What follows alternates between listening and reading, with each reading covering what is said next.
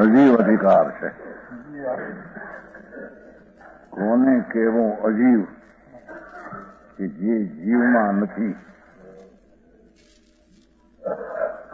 જે જીવમાં નથી એને અજીવ કહેવો, અને એ અજીવ જીવમાં નથી અને એ જીવ અજીવમાં નથી. એવો અધિકાર અહીંયા અજીવનો ચાલે. જુઓ 5મો કલમ 38મો. વર્ણાદ્યાવારાગ મોહાદયોવામ ભિન્ના ભાવા સર્વૈવસ્ય પુંસો તેનેવ અંતઃ તત્વતઃ પશ્યતુ અમીનો દ્રષ્ટાસુ દ્રષ્ટમ એકમ પરમ સ્યાત.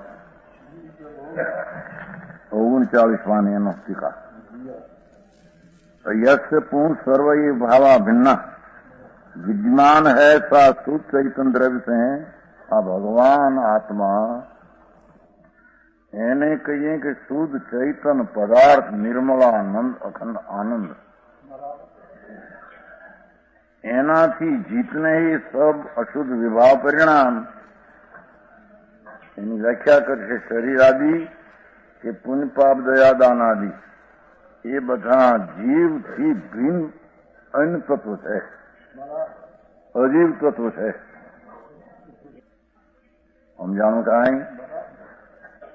अशुद्ध विभाव परिणाम निश्चय से जीव स्वरूप से निराल है. भगवान आत्मा सम्यक दृष्टि અને सम्यक જ્ઞાનથી દેખવામાં આવે તો શુદ્ધ ચૈતન પદાર્થમાં એ રંગન શરીરવાળી આકાર અને પુણ્યપાપ રાગદ્વેષ આદિ અશુદ્ધ ભાવ એ વસ્તુના સ્વરૂપમાં નથી. સમજાણું કાંઈ? કોણ છે એ ભાવ? જે ભાવ આત્મ પદાર્થમાં નથી, અંતર દેખતા એ આત્માથી ભિન્ન જણાય છે. क्या भाव? વર્ણાદ્યા રાગ મોહાદયો. એક તો વર્ણાદિ એટલે એક અકર્મ કર્મરૂપી અચેતન શુદ્ધ પુદ્ગલ પિંડ રૂપ એ વર્ણાદ્યામાં ગયું. वे तो जीव के स्वरूप से निराली है. आ कर्म जड़ जे माटी है ये तो भगवान आत्मा थी जुदो है, जुदू तत्व है. बीजू जीव के बिना एक तो ऐसा है कि विभाव रूप अशुद्ध रूप दया दान व्रत भक्ति पुण्य पाप ना विकल्प जे राग उठे थे એ દેખાય છે જાણે જીવમાં, જેને જીવના અસ્તિત્વમાં હોય, પણ એ विवाह परिणाम देखने पर चेतन जैसे दिखते हैं ऐसे जो राग द्वेष मोह जीव संबंधी परिणाम जो ऐसे जो राग द्वेष मोह जीव संबंधी परिणाम ये भी शुद्ध जीव स्वरूप को अनुभवने पर जीव स्वरूप से भिन्न है. अंतर चैतन भगवान युवा सम्यक दर्शन અને सम्यक જ્ઞાન, सम्यक દર્શન ને सम्यक જ્ઞાનથી શુદ્ધ ચૈતન પદાર્થને દેખવાથી એને જોવાથી એ દયાદાન વ્રત ભક્તિના રાગ એ પણ ભગવાન આત્માથી અનેરી અજીવ ચીજ છે.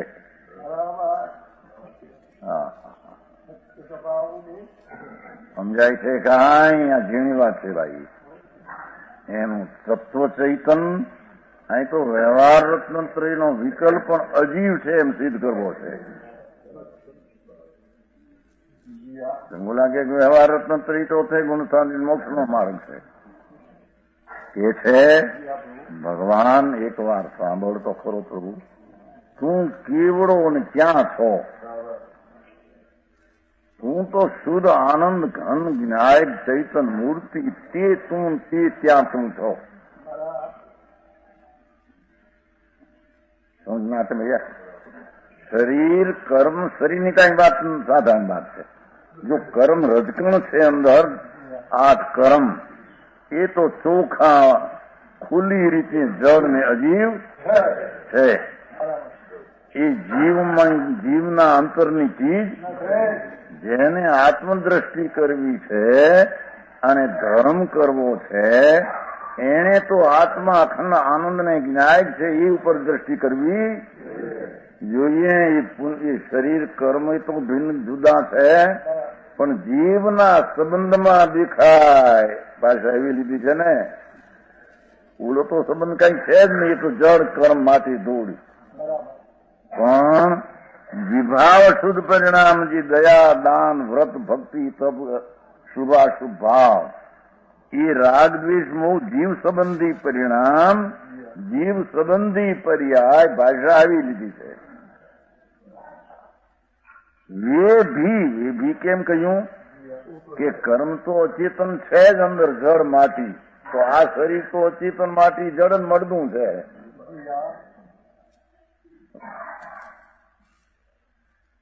थोड़ा थोड़ा समझ लेना गुजराती में, समझ ले? अच्छा भैया बहुत अच्छा समझ में समझाय છે કાંઈ? આ અજીવ તત્વ આ તો ખુલ્લી રીતે અજીવ તત્વ છે અને કર્મ પણ ખુલ્લી રીતે અજીવ જળ પરમાણુ છે. એટલે એ આત્મા છે નહીં. જેને આત્મદ્રષ્ટિ કરવી હોય, જેને ધર્મ કરવો હોય એને આત્મામાં એ વિકાર નથી ને શરીર નથી અને કર્મ નથી. એ આત્મા શુદ્ધ આનંદ અને જ્ઞાનની મૂર્તિ છે. એમ અંતરદ્રષ્ટિ કરી એને સમ્યક દર્શન ને ધર્મ થાય.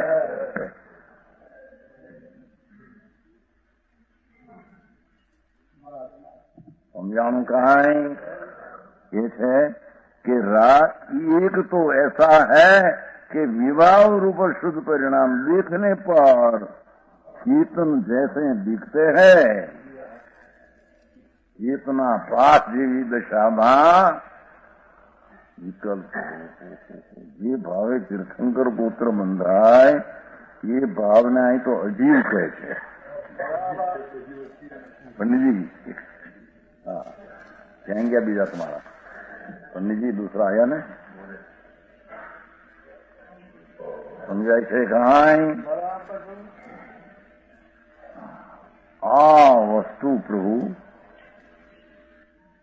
જેનું વિદ્યમાનપણું ચૈતન વસ્તુ હયાતી જ્ઞાનાનંદ છે એમાં કર્મના અચેતનપણાની તો સ્પષ્ટતા ખુલ્લી છે પણ એના સંબંધમાં દેખાતા જીવની અવસ્થામાં સંબંધમાં દેખાતા એ શુભ અશુભ ભાવ દયા દાનના પરિણામ એ બધા અચેતન અજીવ છે.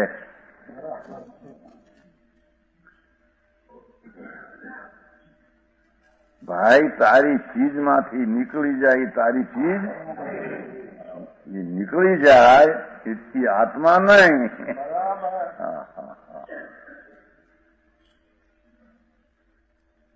જીવ સંબંધી પરિણામ ભાષા પછી અહીં સુધી લીધી. એ આત્મા સંબંધીના એ દયા દાન વ્રત ભક્તિ તપ જપની વૃત્તિ ઉઠે રાગ થાય ये जीव संबंधी परिणाम ये भी शुद्ध जीव स्वरूप को अनुभवने पर सम्यक दृष्टि धर्मी जीव પોતાનો શુદ્ધ સ્વભાવ આનંદમાં ભરેલો રસકંદ એમ અંતરમાં અનુભવ કરવાથી એ વિકાર પરિણામ પણ એનાથી અજીવપણે ભિન્ન છે. સોનલજી अनुभवने पर जीव स्वरूप से भिन्न है एम भाषा लीधी है. एम भिन्न की रीति एम के છે આમ ભગવાન આત્મા સચ્ચિદાનંદ સ્વરૂપ જ્ઞાનની મૂર્તિ ચૈતનનો પ્રકાશનો પુંજ આત્મા છે.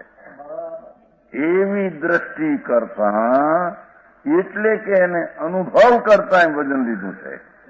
પાછું દ્રષ્ટિની સામાનપણે કોઈ લઈ જાય એવો ભગવાન અંતરમાં પૂર્ણાનંદ પ્રભુ એને અનુભવ અંતરમાં ધર્મી પોતાના અનુભવ દ્વારા તેને અનુભવતા એ જોતા આત્માની અંદર જે ભાવે 148 પ્રકૃતિનો બંધ પડે એ ભાવ જીવમાં નથી, અજીવ છે.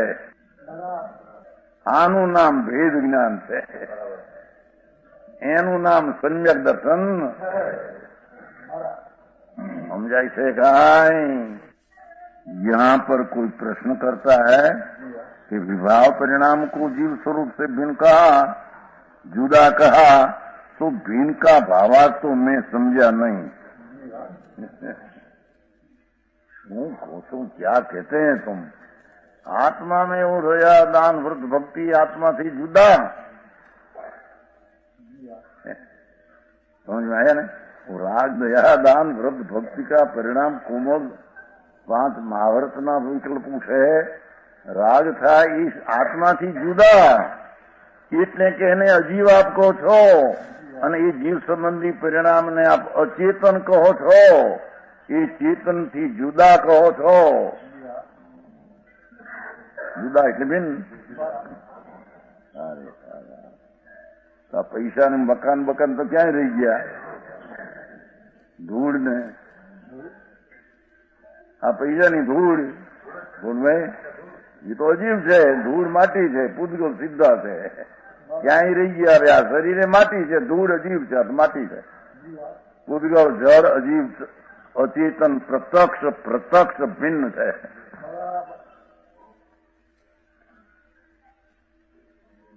સમજાય છે? પણ ભગવાન આત્મા એને કહીએ કે જેના સ્વરૂપની શુદ્ધતાનો અંતર્મુખ થઈને સમ્યક દર્શનના કાળમાં અને અનુભવને પર એવા આત્માના અનુભવમાં ચોથા ગુણસ્થાનમાં અવિરતી સમ્યક દ્રષ્ટિના કાળમાં જીવના અનુભવને પર જીવ સ્વરૂપ છે કે ભગવાન આત્માથી તો એ પુણ્ય ને પાપના વિકલ્પ જે ભાવે તીર્થંકર ગોત્ર બંધાય એ ભાવ પણ જીવના સ્વરૂપથી જુદું છે. સમજાય છે? કાંઈ વિકલ્પ ઉઠે એ સ્વરૂપથી ભિન્ન છે. વૃત્તિ ઉઠે રાગની એ છે ભાઈ આત્માના સ્વભાવનું ભાન સમ્યક દર્શન પ્રગટ કરતા અને સમ્યક સ્વસંવેદન મતિ શુદ્ધ જ્ઞાન પ્રગટ કરતા સમ્યક દ્રષ્ટિમાં સમ્યક મતિ શુદ્ધ જ્ઞાનમાં એ જીવ સ્વરૂપનો અનુભવ કરતા એ રાગ ને દ્વેષ બધા અચેતન ભિન્ન છે. સમજાણું કાંઈ?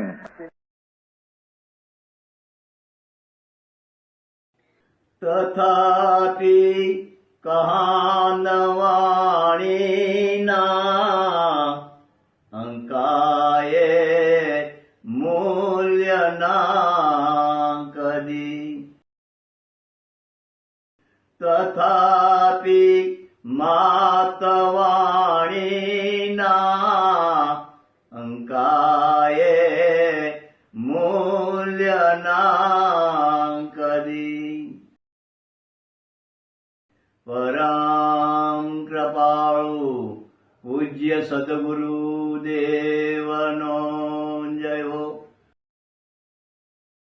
પ્રસામૂર્તિ પૂજ્ય ભગવતી માતનો જય હો. જીનવાણી માતનો જય હો. પરમિત્રા દિગંબર જૈન ધર્મનો જય હો.